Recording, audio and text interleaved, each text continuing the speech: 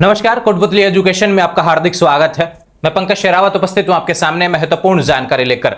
जी हां, विद्या संबल योजना राजस्थान के यहां पर स्कूल स्तर पर यहां पर फोरम शुरू हो गए हैं।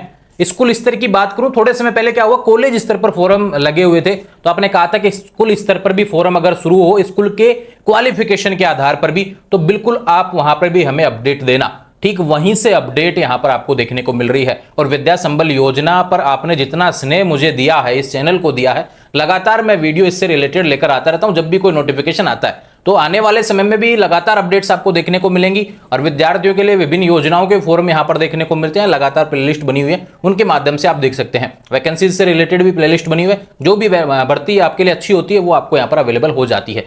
बात करेंगे यहां पर विद्या संबल योजना राजस्थान और स्कूल स्तर पर की बात कर रहे हैं कि यानी स्कूल लेवल का जो क्वालिफिकेशन होता है उसके बारे में हम यहां पर बात करेंगे। और फर्स्ट ग्रेड और सेकंड ग्रेड की भर्ती आपको देखने को मिल रही है। और विशेष बात भैया, विद्या संबल योजना में क्या होता है, बिना परीक्षा के सीधी आपको नौकरी मिल जाती है, ये चीज होती है। लेकिन यह कितने समय के लिए होती है, यह भी बहुत महत्वपूर्ण बात आपको यहां पर समझनी होगी। तो ध्यान रहे, फोरम शुरू हो चुका है। एक चीज आपको बताता हूं, फोरम की डेट्स आपको अलग अलग देखने को मिलेंगी, यानी कि जहां जहां से आप फोरम लगाना चाहेंगे उसके हिसाब से आपको अलग अलग डेट्स आपको देखने को मिलेगी, यानी अंतिम तिथि अलग अलग है। और कैसे देखनी है इसके बारे में हम बात करेंगे। योग्यता क्या है, सैलरी क्या है, चयन प्रक्रिया क्या है, बिना परीक्षा सीधे नौकरी कब तक क्या होने वाली है, इन सभी चीजों के बारे में हम बात करने वाले हैं। तो ध्यान रहे, विद्या संबल योजना से रिलेटेड शानदार अपडेट आपके यहाँ पर होने वाली है, जिसमें फर्स्ट ग्रेड और सेकंड ग्रेड की भर्ती की बात मैं यहाँ पर करने वाला हूं। देखो भैया, आज का न्यूज़पेपर लगभग आप सभी ने देख लिया होगा।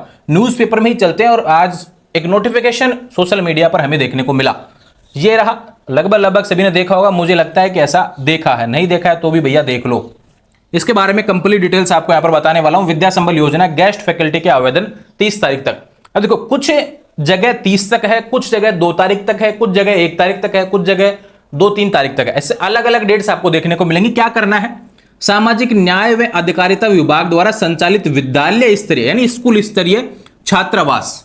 अब इसमें स्कूल में नहीं लगेंगे आप, अगर इसमें योजना में सिलेक्ट भी हो जाते हैं तो आप स्कूल में नहीं लगेंगे। स्कूल के जो हॉस्टल होते हैं, स्कूल के समाज कल्याण जो समाज न्याय अधिकारिता विभाग है, इसके द्वारा जो हॉस्टल चलाए जाते हैं, गवर्नमेंट हॉस्टल जो है राजस्थान में अनेक संख्या में आपको यहां पर हॉस्टल देखने को मिलेंगे।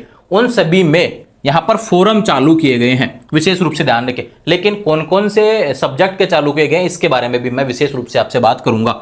और इसकी योग्यता क्या रहने वाली है, फर्स्ट ग्रेड सेकंड ग्रेड की योग्यता के बारे में हम बात करेंगे।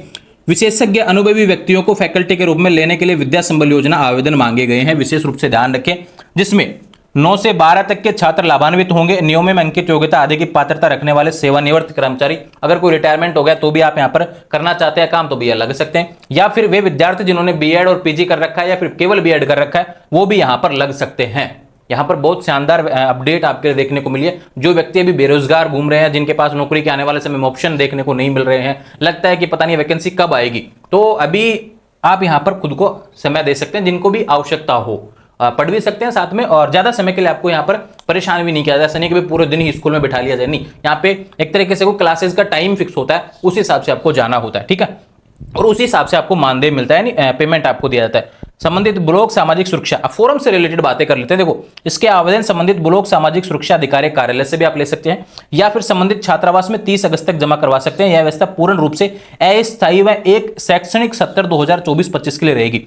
पहली बात तो क्या है, अस्थायी है, यह परमानेंट वैकेंसी नहीं है, अस्थायी है भैया, यानी आप 1 साल तक ही के लिए ही इसमें लग पाएंगे। तो एक नोटिस तो हुआ ये, जिसमें कि बताया गया है कि भी सामाजिक न्याय अधिकारिता के तहत जो हॉस्टल है, और इनकी संख्या बहुत है भैया, एक जिले में किसी में तो 10-10 हॉस्टल देखने को मिल रहे हैं, और किसी में 5-2 ऐसे हॉस्टल देखने को मिलेंगे। तो इनकी संख्या बहुत है, उन हॉस्टलों में यहां पर आपको पढ़ाना है। एक नोटिफिकेशन और इससे रिलेटेड मेरे पास अवेलेबल है, उसके बारे में भी हम बात करेंगे कि कौन कौन से विषय के टीचरों की यहां पर बात की गई है। तो उस नोटिफिकेशन के बारे में भी जानकारी आपको मैं आज यहां पर देने वाला हूं भैया। स्क्रीन पर आपको देखने को मिलेगा, ये रहा। आज ही झुंझुनू के भास्कर में न्यूज देखने को मिली है, लगभग मैंने काफी जगह चेक किया है। गणित विज्ञान अंग्रेजी विषय बढ़ाने को लेकर विद्या संबल योजना के तहत मांगे गए आवेदन।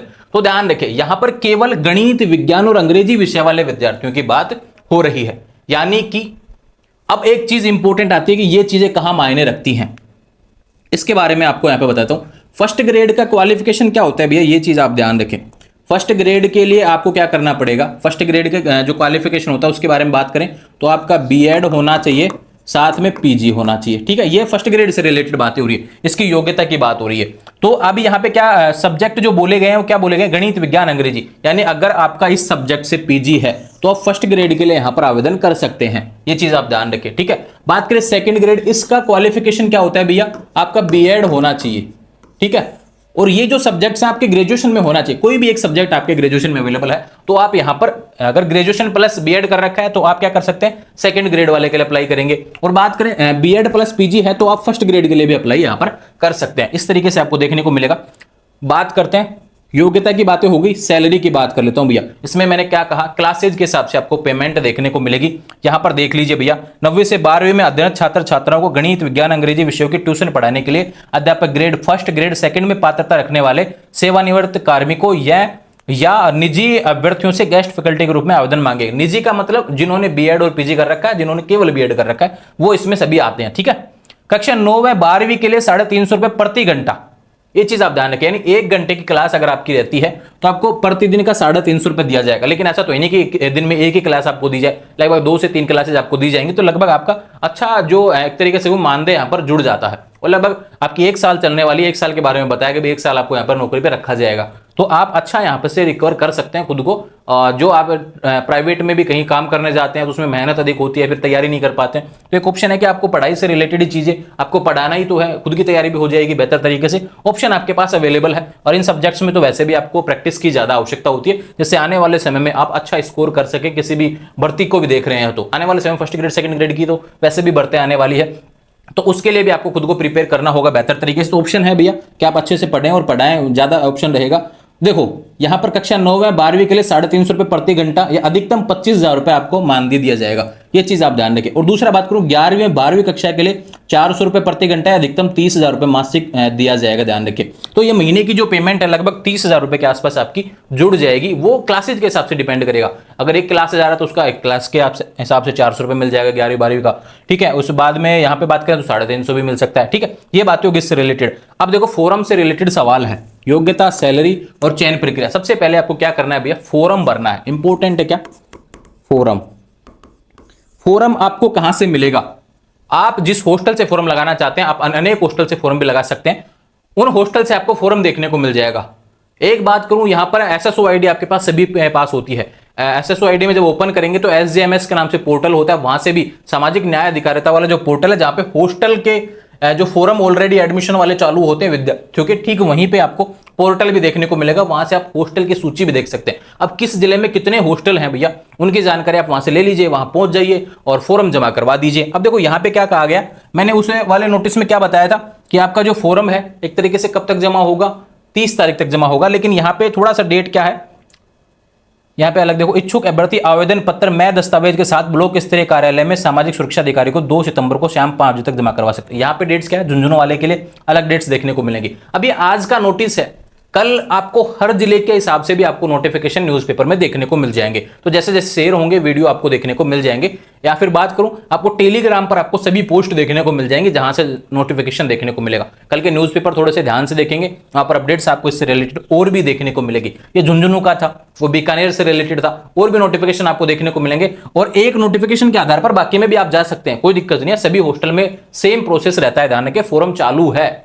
किसी का डेट्स, लास्ट डेट से रिलेटेड थोड़ा समस्या हो सकता है, किसी का 30 होगा, किसी का 2 होगा, किसी का 1 होगा। ये चीजें थोड़ी सी आपको दिक्कतें कर सकती हैं, लेकिन आपको फॉर्म यहाँ पे समय से लगाना है। मैं फिर से कह रहा हूं भैया, फर्स्ट ग्रेड की भर्ती है, फर्स्ट ग्रेड का क्वालिफिकेशन बीएड और पीजी होना चाहिए, ये विशेष बात। ठीक है, सेकंड ग्रेड की भर्ती बीएड आपका होना चाहिए, ग्रेजुएशन प्लस बीएड आप हैं तो आप यहां पर फॉर्म लगा सकते हैं। ठीक है, ये बातें होगी इससे रिलेटेड। सैलरी की बातें कर ली है, 30,000 के आसपास आपको सैलरी दी जाएगी भैया, और ये क्लासेज के हिसाब से होती है ना, 1 घंटे के हिसाब से आपका।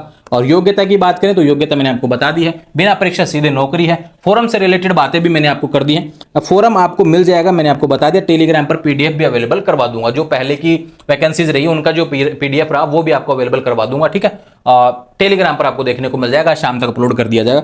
फॉर्म के बाद में जब जमा करवा देंगे उसके बाद में हॉस्टल से आपकी लिस्ट देखने को मिलेगी, जो आपके क्वालिफिकेशन के आधार पर रहने वाली है, परसेंटेज के आधार पर। ठीक है, फिर जो लिस्ट आएगी अगर उसमें नाम आता है तो फिर आपके डॉक्यूमेंट्स वेरिफिकेशन वगैरह होंगे, और उसके साथ में आपको फिर ज्वाइनिंग दे दी जाएगी, और फिर आपकी क्लासेस शुरू कर दी जाएंगी। आप पढ़ाना लग जाओ, आपको ये पीरियड आपके अलॉट कर दिए जाते हैं।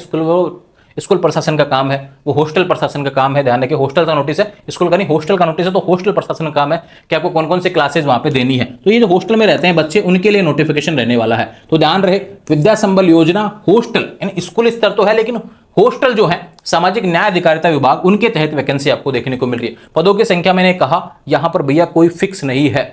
यहाँ पर हॉस्टल में एक एक टीचर, दो दो टीचर भी अवेलेबल करवाए जा सकते हैं। तो हॉस्टल भी बहुत हैं, कम नहीं है। एक जिले में 10-15 भी हॉस्टल, देखो ये देखो झुंझुनू वाले देखो भैया, उपनिदेशक यहाँ पे देखो नवलगढ़ में हॉस्टल रहा, मंडावा, झुंझुनू प्रथम, झुंझुनू द्वितीय, चिड़ावा, सूरजगढ़, पिलानी, ये सारे झुंझुनू के आगे 10-15 तो हॉस्टल तो यहीं पे देखने को मिल रहे हैं। ऐसे हर जिले में हॉस्टल देखने को मिलेंगे। तो आपके लिए शानदार होने वाला ये अपडेट, आने वाले समय में जो भी अपडेट रहेंगे इससे रिलेटेड चैनल के माध्यम से देखने को मिलेंगी। अभी अपडेट है भैया विद्या संबल योजना, फॉर्म लगाइए ज्यादा से ज्यादा और अच्छे तरीके से यहाँ पर। और फॉर्म का कोई फीस भी नहीं है भैया, फॉर्म प्रिंट लगाओ। एक विशेष बात और बताता हूँ, डॉक्यूमेंट्स की बात है ना, आप कहेंगे भैया डॉक्यूमेंट्स क्या चाहिए, तो डॉक्यूमेंट्स में भैया एक तो फॉर्म रहेगा, फॉर्म के साथ में आप फर्स्ट ग्रेड का लगा रहे हैं तो भैया क्या क्या चाहिएगा, 10th 12th ग्रेजुएशन और पीजी की मार्कशीट, और साथ में बीएड की मार्कशीट, आपकी ये सारी चाहिए। और जिस भी कैटेगरी से आप हैं वो भी आपको लगाना पड़ेगा, सर्टिफिकेट है ना। ठीक है, वही बात है यहाँ पर, वही लगाने पड़ेंगे। पीजी हटा देना, बाकी सारे डॉक्यूमेंट्स यहाँ पे लगाने पड़ेंगे। एक शपथ पत्र होता है वो आपको फॉर्म के साथ में दे दिया जाएगा, उस पर साइन कर लेना और जमा करवाना है, बस इतना सा काम है, ज्यादा कुछ